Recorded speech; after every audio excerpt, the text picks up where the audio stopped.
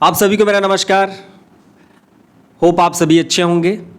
आज हम देखने वाले हैं रमन स्पेक्ट्रा के बारे में। तो रमन स्पेक्ट्रा में बेसिकली क्या होता है, जब किसी मोनोक्रोमेटिक या अल्ट्रावायलेट लाइट को किसी ट्रांसपेरेंट ऑर्गेनिक लिक्विड में जब डाला जाता है तो ये जो है लाइट जो है स्कैटर्ड हो जाता है।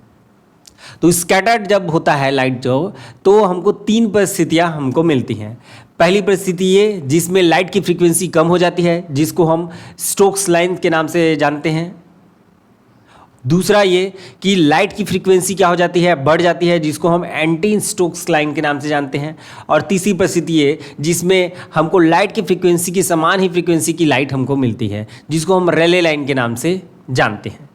अब ये जो तीन परिस्थितियां जो हुई हैं ये कैसे हमको मिलती हैं उसको देखते हैं। तो हम यहाँ पे केवल डिस्कस करने वाले हैं क्वांटम मैकेनिकल ट्रीटमेंट। तो क्वांटम मैकेनिकल ट्रीटमेंट में केवल और केवल हम इसकी थ्योरी को हम देखने वाले हैं। बाकी जो क्लासिकल आपका कॉन्सेप्ट है इसके पीछे उसको हम बिल्कुल नहीं देखने वाले। और साथ ही साथ जो थ्योरी वाला जो पार्ट है ये हम बिल्कुल यहाँ पे डिस्कस नहीं करेंगे। जो एग्ज़ाम के सीजी सेट के एग्ज़ाम के पॉइंट ऑफ व्यू से जो इम्पॉर्टेंट है, जहाँ से क्वेश्चन बनते हैं, केवल उसकी हम यहाँ पर बात करने वाले हैं। तो क्वांटम मैकेनिकल ट्रीटमेंट ये कहता है कि अगर आपका लाइट जो है अगर एनर्जी ट्रांसफ़र करता है मॉलिक्यूल्स को, अगर लाइट जो है मोनोक्रोमेटिक या अल्ट्रावायलेट लाइट किसके फॉर्म में जाएगा, फोटॉन के फॉर्म में जाएगा। और ये अगर फोटॉन अगर एनर्जी ट्रांसफ़र करता है अगर मॉलिक्यूल को, तो हमको लेस एनर्जी की लाइट हमको मिलेगी। अब ये जो लेस एनर्जी की लाइट है इसकी फ्रीक्वेंसी भी क्या होगी, कम होगी। तो ये जो फ्रीक्वेंसी कम हुई है इसी को हम क्या बोलते हैं, स्टोक्स लाइन कहते हैं। दूसरा केस ये हो सकता है कि ये जो लाइट जो आ रही है या फोटॉन जो आ रहा है अगर मॉलिक्यूल से अगर एनर्जी को क्या कर लेता है, एब्जॉर्ब कर लेता है। मॉलिक्यूल से ही अगर एनर्जी को एब्जॉर्ब कर लेगा फोटॉन, तो फोटॉन की एनर्जी जो है क्या हो जाएगा, बढ़ जाएगा। तो फोटॉन का जब एनर्जी अगर बढ़ जाएगा तो उसका फ्रीक्वेंसी भी क्या हो जाएगा, बढ़ जाएगा, जिसके कारण हमको क्या मिलता है, एंटी स्टोक्स लाइन मिलता है। और नंबर थर्ड, अगर फोटॉन अगर कोई एनर्जी ही ट्रांसफर नहीं कर रहा है मॉलिक्यूल को, तो वो सीधी की सीधी चले जाएंगे, फोटॉन की एनर्जी उतना ही बना रहेगा, जिसके कारण हमको क्या मिलता है, रेले लाइन मिलता है। तो ये जो तीन लाइन जो हमको मिलती हैं, स्टोक्स लाइन, रेले लाइन और तीसरा आपका एंटी स्टोक्स लाइन, देखेंगे इसमें इंटेंसिटी जो है वो किसकी ज़्यादा होती है ये हम बाद में डिस्कस करेंगे। स्टोक्स की इंटेंसिटी ज़्यादा होगी या एंटी स्टोक्स लाइन की इंटेंसिटी ज़्यादा होगी, इसको हम बाद में डिस्कस करेंगे। तो चलिए आज की क्लास को स्टार्ट करते हैं रमन स्पेक्ट्रा से। Raman spectra,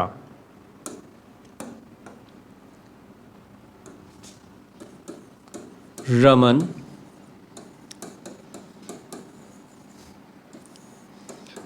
spectra.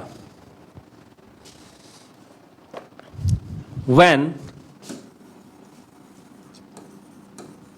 monochromatic ultraviolet और विजिबल है ना, light incident on organic liquid, organic liquid, then its frequency changes and light is scattered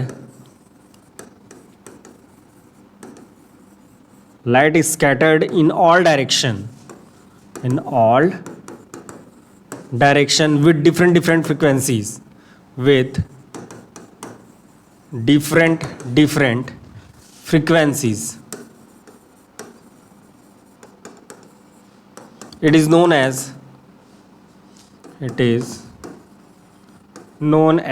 Raman effect. Okay, Raman effect. तो चलिए सपोज हमारा जो इंसिडेंट लाइट है वो क्या है, न्यू है। अब ये स्कैटर्ड होने के बाद इसका फ्रीक्वेंसी कितना हो जाता है, आपका न्यू डेज हो जाता है। तो nu dash equals to nu minus, suppose इसमें चेंजेस कितना आता है, डेल्टा न्यू चेंजेस आता है। ये सपोज ये कुछ इस प्रकार से अगर है, ठीक है क्या, ओके। चलिए तो चलिए 3 केसेस कौन कौन से हो जाएंगे। तो number 1, if delta nu is greater than zero. अगर delta nu greater than zero हो जाए तो यहाँ पे इसे देखेंगे, डेल्टा न्यू अगर ग्रेटर देन जीरो हो जाएगा तो न्यू डैश जो मिलेगा वो लेस देन न्यू मिलेगा, ठीक है। Then nu dash is less than nu, ये कुछ इस प्रकार से मिलेगा। It means we found spectral line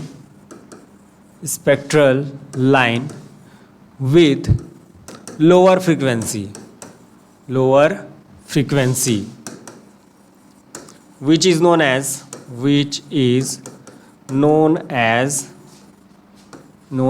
Stokes line। ये क्या कहलाता है आपका? स्टोक्स लाइन कहलाता है, ठीक है क्या। सेकंड कंडीशन क्या हो सकता है आपका? If delta nu is equal to zero हो जाए, अगर डेल्टा न्यू अगर जीरो हो जाए तो ऐसे केस में क्या हो जाएगा? Then nu dash is equal to nu हो जाएगा, ये कुछ इस प्रकार से। It means we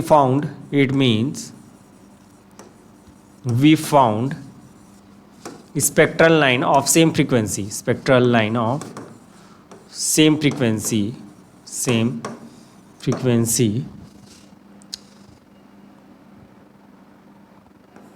of incident line, ठीक है। Which is known as Rayleigh line, ठीक है। इसको क्या बोलते हैं हम? रैले लाइन कहते हैं। नंबर थर्ड क्या हो जाएगा? If del nu is less than zero, अगर लेस देन जीरो हो जाए तो न्यू डैश जो है क्या हो जाएगा आपका? ग्रेटर देन क्या हो जाएगा? न्यू हो जाएगा। कैसे हो जाएगा? देखिए, न्यू डैश इज टू क्या है? न्यू माइनस है, तो यहाँ पे ये लेस देन जीरो है, तो लेस देन जीरो है तो क्या हो जाएगा? माइनस माइनस प्लस हो जाएगा, तो डेल्टा न्यू कुछ इस प्रकार से मिलेगा, जो कि क्या हो जाएगा? न्यू डैश का बड़ा हो गया न्यू से, क्योंकि डेल्टा न्यू उसमें क्या हो रहा है? ऐड हो रहा है। देन क्या हो जाएगा? It means we found spectral line of greater frequency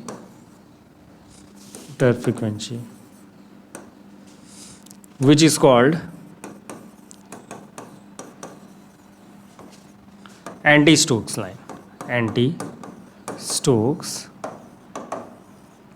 ठीक है क्या। तो इसका जो क्वांटम मैकेनिकल ट्रीटमेंट है, क्यों ऐसा होता है, ये मैंने अभी आप लोग को बताया था। जो स्टोक्स लाइन है ना, ये जो स्टोक्स लाइन है वो क्यों मिलती हैं? ये जो स्टोक्स लाइन है वो कब मिलता है? जैसे ये आपका लिक्विड है ना, ये आपका क्या हो जाएगा? ये इसमें आपका लिक्विड है और ये आपका फोटोन आ रहा है, अगर ये फोटोन जो है, इसमें जो मॉलिक्यूल प्रेजेंट है, इस लिक्विड में जो मॉलिक्यूल प्रेजेंट है, इसको अगर एनर्जी दे रहा है मॉलिक्यूल को, तो उसका फ्रीक्वेंसी क्या हो जाएगा? कम हो जाएगा। तो क्या मिलेगा हमको? स्टोक्स लाइन मिलेगा। और क्या हो जाए? अगर कोई इंटरेक्शन ना हो, मतलब फोटोन कोई एनर्जी ना तो ले रहा है ना तो दे रहा है, तो वैसे केस में आपको क्या मिलेगा? रैले लाइन मिलेगा। ये जो रैले लाइन है वो मिलेगा। और नंबर थर्ड वाले केस में क्या हो जाएगा कि अगर एनर्जी, ये जो फोटोन है, अगर एनर्जी वो कहाँ से ले लेता है? लिक्विड से ही ले लेता है ना, या मॉलिक्यूल से वो क्या कर लेता है? एनर्जी को एब्जॉर्ब कर लेता है। तो ऐसे केस में क्या मिलेगा आपको? एंटी स्टोक लाइन मिलेगा। क्या मिलेगा? एंटी स्टोक लाइन मिलेगा। यहाँ तक क्लियर है क्या? चलिए आगे बढ़ते हैं। रमन वाइब्रेशनल स्पेक्ट्रा,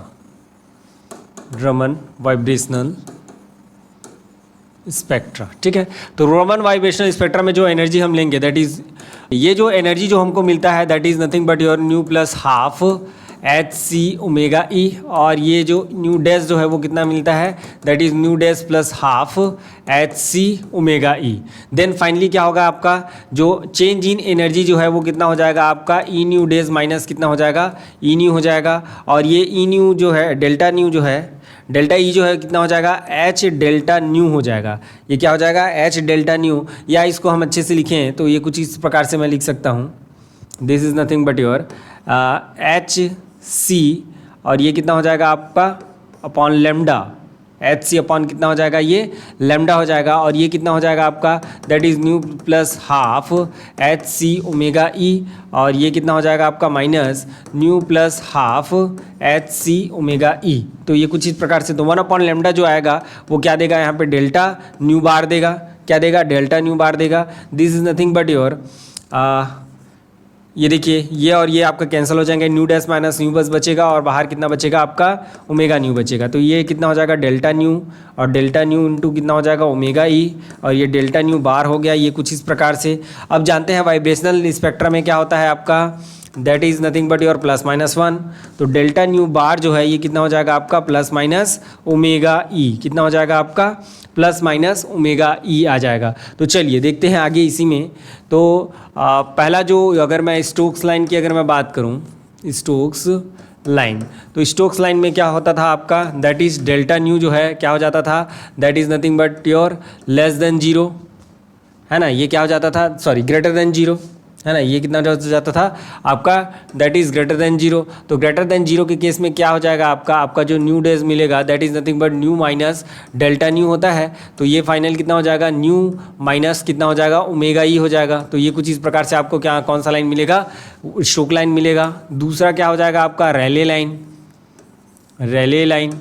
तो रेले लाइन जो होता है that is nothing but your del nu इजकोस टू जीरो। तो न्यू डेज इजकोस टू कितना मिलेगा आपको, न्यू मिलेगा, कोई दिक्कत वाली बात नहीं है। नंबर थर्ड, और ये क्या मिलेगा आपको, एंटी स्टोक्स लाइन मिलेगा। एंटी स्टोक्स लाइन में क्या हो जाएगा आपका, that is delta nu is less than zero. Delta nu क्या होता है आपका, लेस देन जीरो होता है। तो ऐसे केस में न्यू डेज इजकोस टू कितना लिखते हैं, न्यू माइनस डेल्टा न्यू। तो इस केस में कितना हो जाएगा, डेल्टा न्यू की जो वैल्यू है, देखिए ये डेल्टा न्यू बार ही और यहाँ पे डेल्टा न्यू है ना। तो यहाँ पे कितना हो जाएगा आपका, this is nothing but minus minus omega E. तो ये फाइनल कितना हो जाएगा आपका, this is nothing but your nu plus omega E. तो ये न्यू डेज जो है कितना मिल गया आपको, न्यू प्लस ओमेगा ई। तो ये देखिए इसमें आपका माइनस हो जाता है, स्टोक्स लाइन में माइनस हो जाता है, याद रखिएगा इसमें कुछ नहीं होता है। और इसमें क्या हो जाता है आपका प्लस हो जाता है। बस इतना बस आपको याद रखना है, ठीक है क्या, ठीक है। और ये जो ओमेगा जो ले रहे हैं ये सेंट्रल फ्रीक्वेंसी है ना, this is nothing but your central frequency, this is nothing but your central frequency, ठीक है क्या। ये आपका सेंट्रल फ्रीक्वेंसी है, सेंट्रल फ्रीक्वेंसी के बाद उसमें प्लस हो रहा है, सेंट्रल फ्रीक्वेंसी के बाद उसमें क्या हो रहा है, माइनस हो रहा है। क्लियर है क्या, चलिए ओके। अब इसकी इंटेंसिटी की बात कर लेते हैं, इंटेंसिटी, ठीक है। तो इंटेंसिटी की अगर हम बात करेंगे स्टोक्स और एंटी स्टोक्स लाइन की, तो सबसे पहले हमको जानना होगा मैक्सवेल बोल्ट्जमैन कैनोनिकल लॉ जो होता है वहाँ से हम स्टार्ट करेंगे। तो इसके लिए क्या हो जाएगा, हमारा जो इंटेंसिटी डिस्ट्रीब्यूशन होता है Maxwell Boltzmann distribution, according to Maxwell Boltzmann distribution law, ठीक है। इसके डिस्ट्रीब्यूशन लॉ से क्या होता है आपका, आई जो होता है ई टू द पावर ये कितने के बराबर होता है, माइनस ई अपॉन के बी टी के बराबर होता है। ये कुछ इस प्रकार से इसके क्या होता है, डायरेक्टिव प्रोपोर्शनल होता है। अब जैसे मान लिया जाए मैं अगर बात करूँगा स्टोक लाइन की, अगर मैं बात कर रहा हूँ किसकी, स्टोक्स लाइन की, तो ये कितना हो जाएगा, ये हो जाएगा आपका directive proportional e to the power minus, अब यहाँ पे जो एनर्जी जो मिलेगा this is nothing but your h, है ना, क्या मिलेगा, एच सी ओमेगा बार। देखिए ई इक्वल टू कितना होता है आपका, दैट इज़ एच न्यू। तो एच न्यू कितना हो जाएगा, एच सी अपॉन लेमडा, और ये कितना हो जाएगा एच सी न्यू बार। ये क्या मिलेगा, एच सी न्यू बार। तो वही मैं यहाँ पे लिखने वाला हूँ, एच सी न्यू बार, है ना, क्या हो जाएगा आपका एच सी न्यू बार। और यहाँ पे कितना हो जाता है आपका माइनस ओमेगा ई हो जाता है। इस केस में कितना हो जाता है, एच सी अपॉन ओमेगा ई हो जाता है, न्यू बार माइनस ओमेगा ई हो जाता है, और नीचे कितना हो जाएगा, के बी टी हो जाएगा। ठीक वैसे ही अगर मैं एंटी स्टोक्स लाइन की अगर मैं बात करूँ, एंटी स्टोक्स लाइन की, तो ये प्रोपोर्शनल होगा E to the power minus H C, और ये न्यू बार प्लस कितना हो जाएगा आपका ओमेगा ई हो जाएगा, और ये कितना हो जाएगा अपॉन के बी टी हो जाएगा। अब इन दोनों को हम डिवाइड कर देते हैं, ठीक है क्या। अब इन दोनों को अगर मैं डिवाइड कर दूं तो देखिए, हाँ, तो कितना हो जाएगा आपका आई स्टोक अपॉन क्या हो जाएगा आपका आई एंटी स्टोक, एंटी स्टोक्स। तो ये कितना हो जाएगा फाइनली अगर मैं बात करूँ, E to the power minus H C nu bar minus omega E, और ये कितना हो जाएगा अपॉन के बी टी, और नीचे कितना हो जाएगा E to the power minus H C, और ये nu bar plus omega E. हमको अभी नहीं पता है कि कौन सा लाइन जो है ज़्यादा इंटेंस होता है, राइट। तो अभी हम देखेंगे कौन सा लाइन जो है इंटेंस होता है, ठीक है। तो ये कुछ इस प्रकार से, देन फाइनली कितना हो जाएगा E to the power minus H C nu bar upon के बी टी, और ये कितना हो जाएगा ई टू द पावर, ये प्लस हो जाएगा एच सी ओमेगा ई अपॉन कितना हो जाएगा, that is K B T. और नीचे कितना आ जाएगा आपका E to the power minus H C nu bar upon के बी टी और E to the power that is S minus H C omega E upon के बी टी। तो आप देखेंगे ये जो फर्स्ट वाला जो टर्म है ये कम्प्लीटली क्या हो जाएगा आपका कैंसिल हो जाएगा, और कैंसिल होने के बाद देखिए ये कितना हो जाएगा, ये दोनों तो कैंसिल हो गए आपके, तो ये ऊपर जाएगा तो कितना हो जाएगा आपका एच सी ओमेगा ई अपॉन के बी टी। यहाँ पे ये कितना है आपका आई स्टोक्स और नीचे क्या है आई एन टी स्टोक्स, ठीक है क्या। तो ये जो है कुछ इस प्रकार से आपको मिलता है, ठीक है। अब देखिए ये फाइनली अगर मैं लिखना चाहूँ इसको तो कैसे लिखूँगा, दैट इज़ आई स्टोक जो होता है that is E to the power 2hc omega E upon के B T times I and Stokes. तो कौन सा ज़्यादा होता है यहाँ पे, जो हमारा स्टोक लाइन जो होता है वो ग्रेटर होता है as compare to anti Stoke line, anti Stokes line. तो इसको आपको याद रखना है कि हमारा जो इंटेंसिटी जो होता है वो स्टोक्स लाइन के लिए क्या होता है, ज़्यादा होता है as compare to anti Stoke line. तो कुछ इस प्रकार से हम जो है क्या कर सकते हैं, इसको डेराइव कर सकते हैं। आपको पूछा सकता है कि कितने टाइम्स ये क्या होता है, इससे इंटेंस होता है ना। एंटी स्टोक्स लाइन से कितने टाइम्स स्टोक्स लाइन क्या होता है आपका इंटेंस होता है। तो कुछ इस प्रकार से आपको निकालना रहेगा, या इसको उल्टा अगर जैसे लिखना चाहें तो ये कुछ इस प्रकार से होगा, I anti Stokes is to E to the power minus 2hc omega E upon कितना होता है आपका that is K B T, और ये कितना हो जाएगा आई स्टोक्स लाइन, ठीक है। ये तो ये कुछ इस प्रकार से, ये तो माइनस के फॉर्म में भी इसको लिखा जा सकता है। यहाँ तक क्लियर है क्या, एकदम क्रिस्टल क्लियर है। चलिए अब आगे बढ़ते हैं रमन रोटेशनल स्पेक्ट्रा की ओर। चलिए नेक्स्ट जो देखने वाले हैं वो है आपका रमन रोटेशनल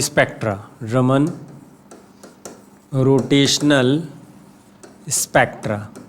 तो रमन रोटेशनल स्पेक्ट्रा में जो एनर्जी जो दी जाएगी that is e j is goes to कितना होता है आपका दैट इज़ जे प्लस 1, और क्या होता है आपका that is b c h, ये ऐसे होता है। और जे डैश की अगर मैं बात करूं तो ये कितना हो जाएगा आपका जे डैश जे प्लस 1, और ये कितना हो जाएगा आपका बी सी एच हो जाएगा। Then delta e equal to कितना होता है आपका ई जे डैश माइनस कितना हो जाएगा आपका that is nothing but your E J. तो ये फाइनल कितना हो जाता है आपका H C delta nu bar, ऐसे ही लिखते हैं इसको, दैट इज इक्वल टू कितना हो जाएगा आपका that is j dash plus 1 is also dash b c h minus कितना हो जाएगा जे प्लस 1, और ये कितना हो जाएगा आपका बी सी एच।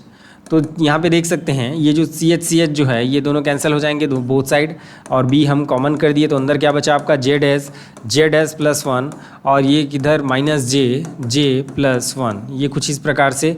और ये क्या बचेगा आपका डेल्टा न्यू बार बचेगा, क्या बचेगा डेल्टा न्यू बार बचेगा। तो ये कुछ इस प्रकार से हमको क्या मिलता है, यहाँ पे डेल्टा न्यू बार मिलता है। तो डेल्टा न्यू बार को यहाँ पे हमको देखना होगा कि ये क्या होगा, ठीक है क्या। चलिए अब यहाँ पे देखते हैं, यहाँ पे जो सिलेक्शन रूल हमको जो मिलता है ना, selection rule for Raman rotational spectra, ठीक है। सिलेक्शन रूल तो सिलेक्शन रूल यहाँ पे जो हमको मिलता है that is delta j equal to होता है आपका +-2, क्या होता है आपका +-2, ठीक है। अभी तक हम जितने भी देखते आ रहे थे +0 होता था या +-1 होता था, लेकिन यहाँ पे जो सिलेक्शन रूल होता है रमन इस रोटेशनल स्पेक्ट्रा के लिए, उसको आप लोग याद रखेंगे। इसके लिए क्या होता है आपका +-2 होता है, कितना होता है +-2 होता है। चलिए इसमें अब ट्रांजिशन देख लेते हैं कि ट्रांजिशन कैसे होगा। कहाँ से आ गया, ओके चलिए ट्रांजिशन, ठीक है क्या। ट्रांजिशन सपोज अगर जे से अगर हो रहा है J+2 में, कहाँ से कहाँ हो रहा है आपका जे से J+2 में हो रहा है, तब क्या होगा देख लेते हैं। तो इसके लिए जो डेल न्यू बार जो निकलेगा that is nothing but your J dash जो है वो क्या हो जाएगा आपका J+2 हो जाएगा हमारा, दैट इज़ J+2, और ये माइनस कितना हो जाएगा इंटू कितना J+1 है ना, तो ये कितना हो जाएगा J+3 हो जाएगा माइनस J+1। ये कुछ इस प्रकार से J से कहाँ जा रहा है आपका J+2 में जा रहा है ना, तो J+2 वाला पार्ट हो गया, और ये क्या वाला पार्ट हो गया J वाला पार्ट हो गया, और इंटू B, ये सब के बाहर क्या है आपका इंटू कितना है बी है। तो चलिए इसको सॉल्व कर लीजिए। तो कितना हो जाएगा आपका, that is nothing but your J square plus 3j plus 2j plus 6 minus J square minus J, ये कुछ इस प्रकार से। और यहाँ पे जे स्क्वायर ये आपका कैंसिल हो जाएगा। तो फाइनली कितना बचेगा 5j है ना, और ये 4j, that is 4j plus कितना हो जाएगा आपका 6b, ये कुछ इस प्रकार से आपका हो जाएगा। या इसमें अगर आप 4 कॉमन कर दें तो 4b, तो कितना बचेगा j प्लस कितना हो जाएगा आपका, दैट इज़ 3/2 हो जाएगा, दैट इज़ 4 × 2। हाँ ठीक, ओके। तो ये कितना डेल न्यू कितना आ गया, डेल न्यू बार जो है आपका दैट इज़ 4bj 3/2, ठीक है क्या। चलिए देन नेक्स्ट देखते हैं, इधर ही हम j से कहाँ जा रहे हैं, सपोज j-2 में जा रहे हैं, क्योंकि यहाँ पे सिलेक्शन रूल ये बोलता है कि हमारा जो j में जो चेंजेस होता है ये क्या होता है आपका +-2 होता है। तो ये आपका +2 हो गया और यहीं पे क्या हो जाएगा, ये -2 हो जाएगा, ठीक है क्या। चलिए तो डेल्टा न्यू बार जो है दैट इज़ इक्वल्स टू कितना हो जाएगा आपका, दैट इज़ j-2 और j+1 होता है, तो j+1 में j-1 हो जाएगा माइनस j+1 इंटू कितना हो जाएगा b हो जाएगा। यहाँ पे ये जो सिलेक्शन रूल में जो +-2 जो होता है यहाँ पे मैं डिस्कस नहीं कर रहा हूँ, जब नेट की क्लासेस जब चलेंगी तो वहाँ पे मैं डिस्कस करूँगा कि क्यों ऐसा होता है। चलिए आगे देख लेते हैं, that is j square minus j, ये कितना हो जाएगा -2j + 2 minus j square minus j into कितना हो जाएगा b, ये दोनों कैंसिल हो जाएंगे। देन फाइनली कितना बचेगा आपका, दैट इज़ -3j और ये कितना हो जाएगा -4j प्लस कितना हो जाएगा 2b हो जाएगा। और इसमें अगर मैं -4b अगर मैं बाहर निकाल दूं तो कितना हो जाएगा आपका, दैट इज़ j माइनस कितना हो जाएगा आपका 4 कॉमन निकल गया है तो 2 पहले से है तो 1 कितना हो जाएगा आपका 2 हो जाएगा। ये कुछ इस प्रकार से आपको कितना मिल जाएगा, डेल्टा न्यू बार मिल जाएगा। तो ये आपका किस लिए हो जाएगा, एंटी स्टोक्स लाइन के लिए, और ये किसके लिए हो जाएगा आपका स्टोक लाइन के लिए। तो ये क्या देगा आपको स्टोक्स लाइन और ये क्या देगा आपको एंटी स्टोक्स लाइन देगा। यहाँ तक क्लियर है। चलिए अब इसमें जो एनर्जी जो होंगी डेल्टा न्यू बार क्या क्या मिलेगा, जैसे यहाँ पे जो जे जो होगा वो 0 1 2 3 4 ऐसा रहेगा, 0 1 2 3 4 ऐसी रहेगा, ठीक है। तो यहाँ पे जैसे मैं देखूँ तो ये कितना हो जाएगा आपका, दैट इज़ नथिंग बट 0, तो 0 यहाँ पे कर देंगे, फिर कितना आ जाएगा ये हो जाएगा आपका 6b है ना, कितना हो जाएगा 6b आ जाएगा।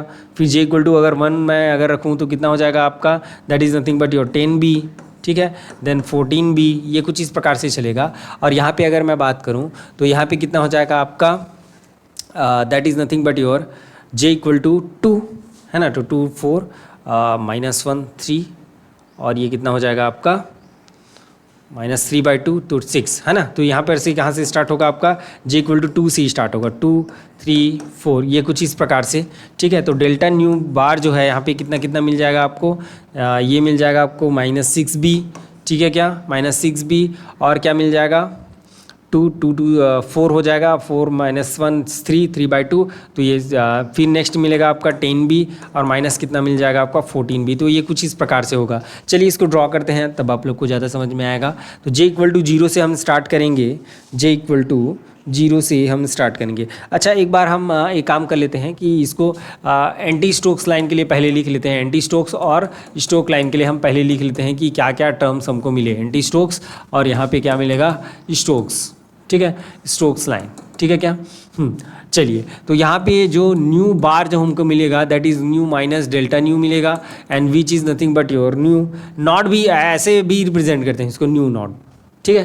तो या फिर आप ऐसा भी इसको डिनोट कर सकते हो, कोई दिक्कत वाली बात नहीं है। चलिए देखते हैं ये कितना आया था, ये आया था 4b j + 3/2, that is 4b j + 3/2, ये कुछ इस प्रकार से, ठीक है क्या। तो ये आपका न्यू बार था, न्यू डैश बार, और यहाँ पे जो स्टोक्स लाइन हमको मिलता है that is nothing but your nu bar equal to कितना मिलता है, nu bar plus delta nu, ठीक है। यहाँ पे भी क्या मिलेगा आपको प्लस में मिलेगा। तो ये कुछ इस प्रकार से आपका हो जाएगा।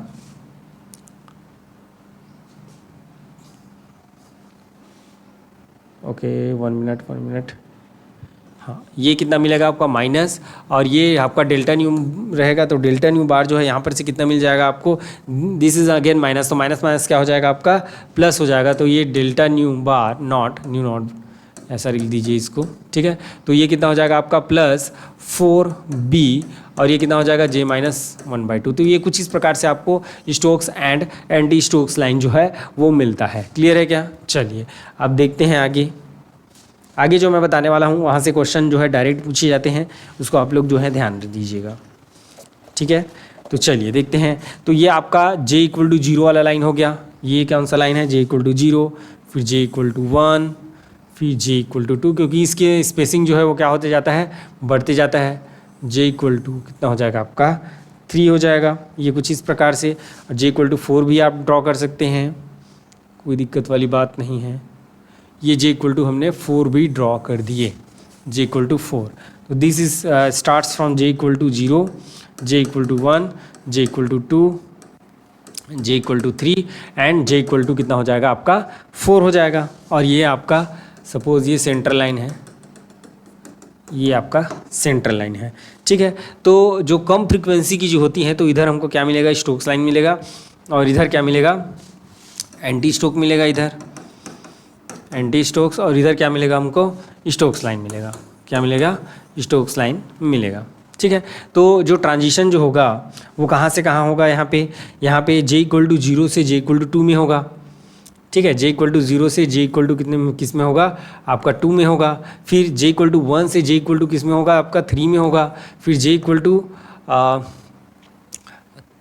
2 से किस में होगा, j = 4 में होगा। कुछ इस प्रकार से ट्रांजिशन होगा इसमें। और इसमें क्या ट्रांजिशन होगा आपका, that is nothing but your j = 2 to j = 0, ये ऐसा, ठीक है। उल्टा ट्रांजिशन होगा इसमें क्या होगा आपका उल्टा ट्रांजिशन होगा, ये कुछ इस प्रकार से, ये कुछ इस प्रकार से, ठीक है क्या। अब चलिए देखिए इसमें जो स्पेक्ट्रल लाइन हमको मिलेंगी, है ना, यहाँ पे स्पेक्ट्रल लाइन हम ड्रॉ कर लेते हैं। तो इसमें जो स्पेक्ट्रल, ये तो सेंट्रल लाइन हो गया आपका। तो ये जो फर्स्ट लाइन जो होता है j = 0 की अगर मैं बात करूँ तो j = 0 जो होता है ना, यहाँ पे हम लिखे थे, देखिए j = 0 पे अगर मैं स्टोक्स लाइन पे अगर मैं बात करूँ तो ये कितना मिलता है हमको, that is nothing but your 6b, 10b, then 14b, ये कुछ इस प्रकार से मिलता है। क्लियर है क्या? तो यहाँ पे देखेंगे तो ये कितना हो जाएगा आपका, जो फर्स्ट लाइन जो मिलेगा, this line and this line, है ना, यहाँ पे 2 लाइन मिल रहा है। तो इन दोनों के बीच का डिस्टेंस जो है वो कितना रहेगा आपका 6b।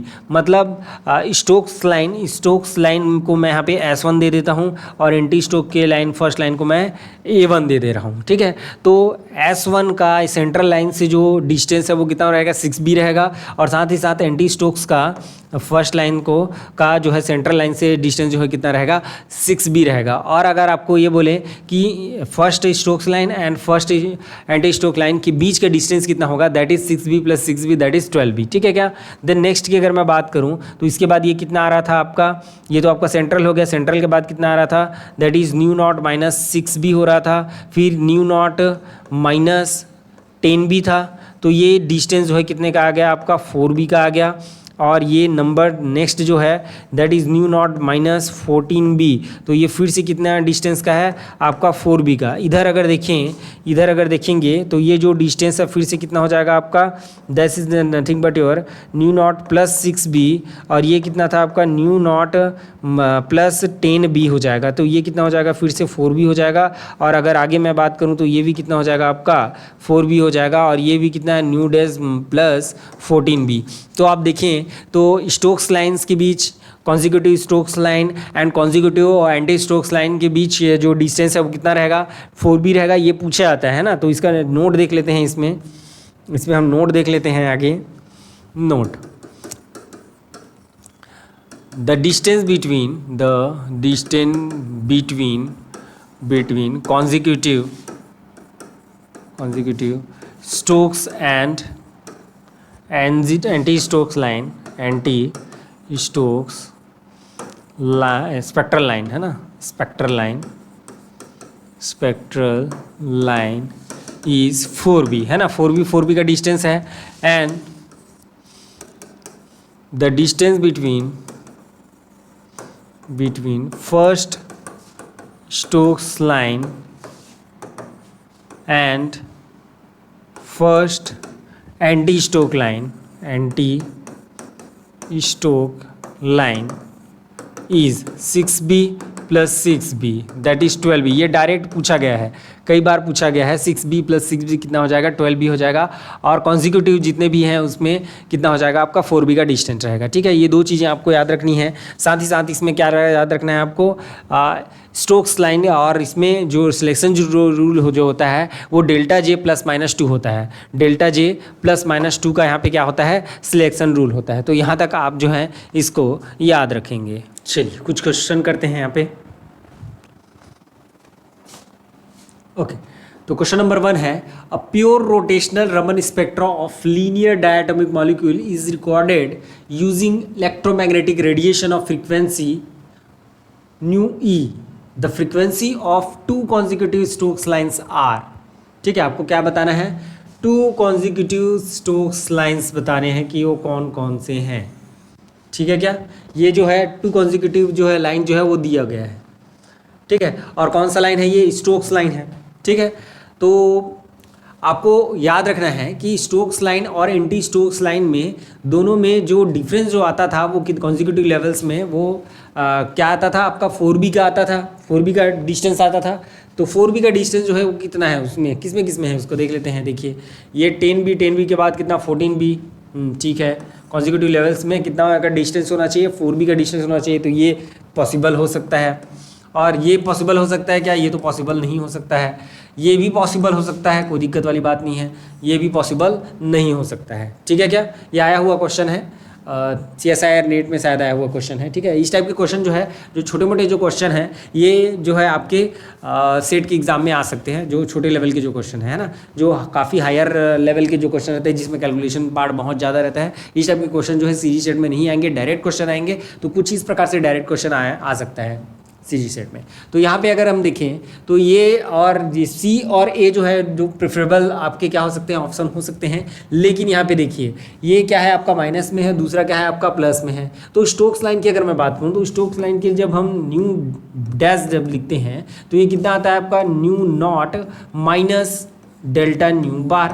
ये किस में आता है आपका, माइनस में आता है, जिसके लिए डेल्टा न्यू क्या होता है आपका, ग्रेटर देन 0 होता है। क्या होता है, ग्रेटर देन 0 होता है। तो ये जो बीच वाला जो भी मिलेगा वो किस में मिलेगा, माइनस में मिलेगा। तो किस में है, इसमें तो प्लस में है, तो इसमें क्या है, माइनस में है। तो ऑप्शन ए आपका क्या हो जाएगा, सही हो जाएगा। Option A is the correct answer for this question. ठीक है क्या, चलिए आगे देखते हैं। नेक्स्ट क्वेश्चन जो है, the light of wavelength 1.5 micrometer incident on material with a characteristic Raman frequency nu r that is equals to 20 into 10 to the power 12 hertz results in a Stokes shifted line of wavelength। ठीक है, यहाँ पे Stokes line हमको निकालना है, और Stokes line का आपको क्या निकालना है, वेव लेंथ निकालना है।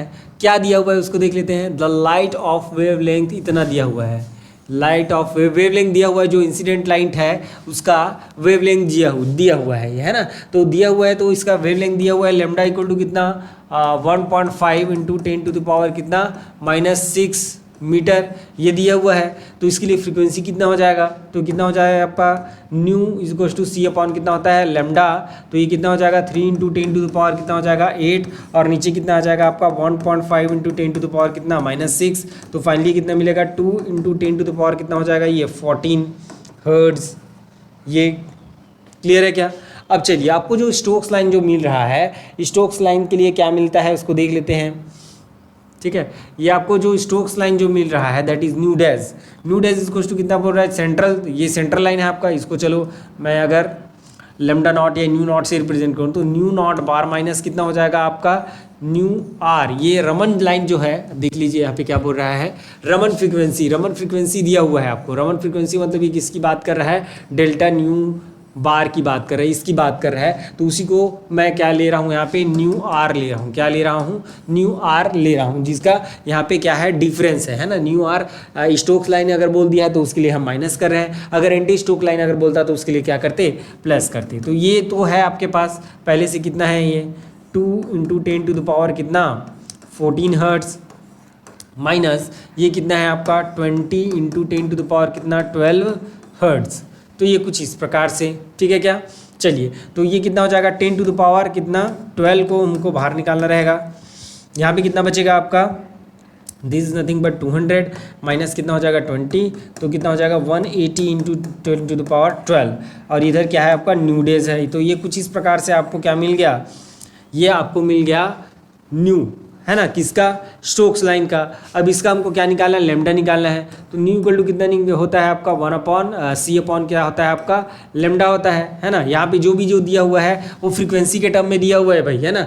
ये जो है एक्चुअल में न्यू बार नहीं है, ये एक्चुअल में न्यू बार नहीं है, this is nothing but your frequency, this is nothing but your frequency. तो न्यू डैश जो है वो हमको मिल गया है, तो न्यू डैश इक्वल्स टू क्या हो जाएगा आपका c/λ डैश हो जाएगा, और लैम्डा डैश हमको निकालना है। तो lambda dash equals to c/ कितना हो जाएगा, न्यू डैश हो जाएगा, और ये c का वैल्यू कितना है 3 × 10 टू द पावर 8 है, और नीचे न्यू डैश का वैल्यू कितना है आपका, that is 180 into 10 to the power कितना हो जाएगा 12 हो जाएगा। देन फाइनली अगर मैं बात करूँ तो ये कितना हो जाएगा 13, ऊपर जाएगा तो 10 टू द पावर कितना हो जाएगा आपका -5 हो जाएगा, और ये 3/ कितना हो जाएगा आपका 18, और 3 1 जा और 3 6 जा, तो ये कितना हो जाएगा आपका, that is nothing but your 0.1, और कितना आ जाएगा आपका, दैट इज़ 40.6, देन फिर 40, तो ये 167, और ये कितना हो जाएगा 10 टू द पावर -5। तो फाइनली अगर मैं लिखूँ तो 1.67, और ये क्या हो जाएगा माइक्रोमीटर हो जाएगा। तो ये कुछ इस प्रकार से आप क्या निकाल सकते हो, इसका आंसर निकाल सकते हो। आपको क्या याद रखना है कि जो बेसिक जो डिफरेंस जो होता है ना, ये स्टोक्स लाइन और एंटी स्टोक्स लाइन में, वो इसका होता है 4b का होता है। 4b का क्या होता है आपका डिफरेंस होता है कॉन्जिक्यूटिव, 2 कॉन्जिक्यूटिव स्टोक्स लाइंस और 2 कॉन्जिक्यूटिव एंटी स्टोक्स के बीच का डिस्टेंस जो होता है वो कितने का होता है आपका 4b का होता है। और साथ ही साथ आपको कुछ इस प्रकार के क्वेश्चन भी दिए जा सकते हैं कि आपका ये सेंट्रल लाइन हो गया, ये आपका सेंट्रल लाइन हो गया, और ये आपका first line of Stokes anti Stokes line A1, और ये इधर क्या है आपका स्टोक्स लाइन S1। तो इन दोनों के बीच जो है कितना डिस्टेंस होगा, तो इधर आपका 6b होता है और इधर भी कितना होता है 6b होता है, तो कितना हो जाएगा 12b हो जाएगा। साथ ही साथ इस टाइप का क्वेश्चन भी आ सकता है कि ये जो सेंट्रल लाइन हो गया आपका, ये आपका सेंट्रल लाइन है, तो सेंट्रल लाइन से जो S1 का जी डिस्टेंस कितना होता है, तो दैट इज 6b, और सेंट्रल लाइन से ही आपको इसका डिस्टेंस पूछेगा तो वो कितना होता है आपका, दैट इज आल्सो 6b। तो कुछ इस प्रकार के क्वेश्चन जो है आपके रमन स्पेक्ट्रा से बनते हैं, जो कि बहुत ही ईजी रहेंगे। आपको केवल ये पार्ट बस याद रखना रहेगा और ये क्वेश्चन जो है आपसे बन जाएगा। क्लियर है? ओके, ठीक है, थैंक यू।